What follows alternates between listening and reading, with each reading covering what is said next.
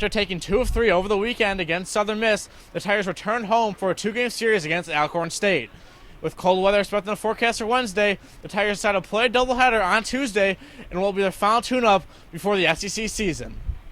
It was a beautiful 75-degree day as Missouri hosted the 1-13 Alcorn State Braves. And we pick it up in the bottom of the first inning as Eric Anderson does what all good leadoff men do, got on base, extending his hit streak to 7 games. Then Shane Segovia was up and he hit a moonshot.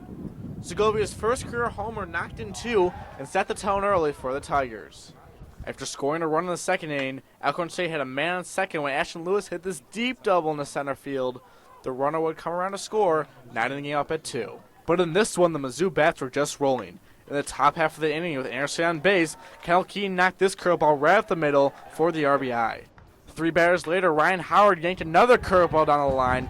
Keene comes in to score from second, and Missouri is up by 2. Knowing that Alcorn State is going to conserve pitchers in the doubleheader, the rest of the Tigers knew that they could take full advantage of the struggling starter.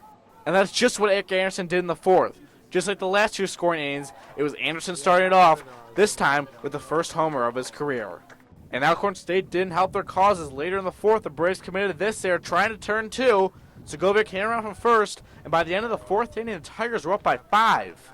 From there, starting pitcher Griffin Goodrich slammed the door shut for the Tigers. The sophomore pitched a career-high 6 innings, allowing 3 earned runs on 9 hits.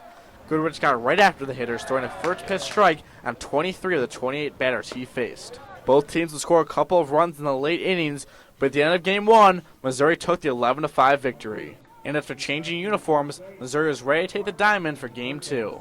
Segovia started things off with this blistering shot through the infield.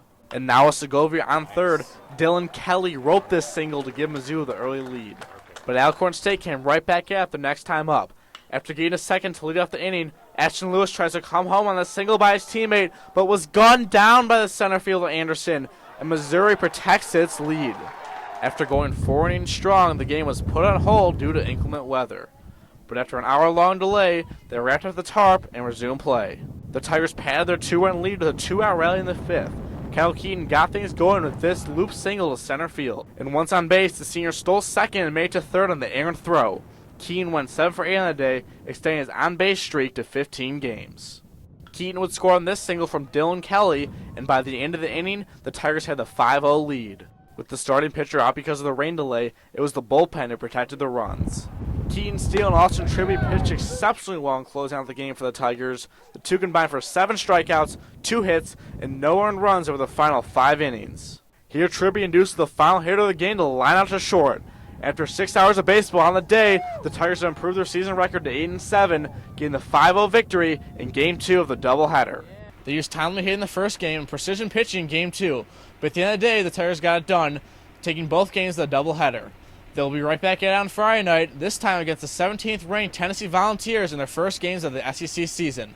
From Taylor Stadium, Nick Jordan, 23 Sports.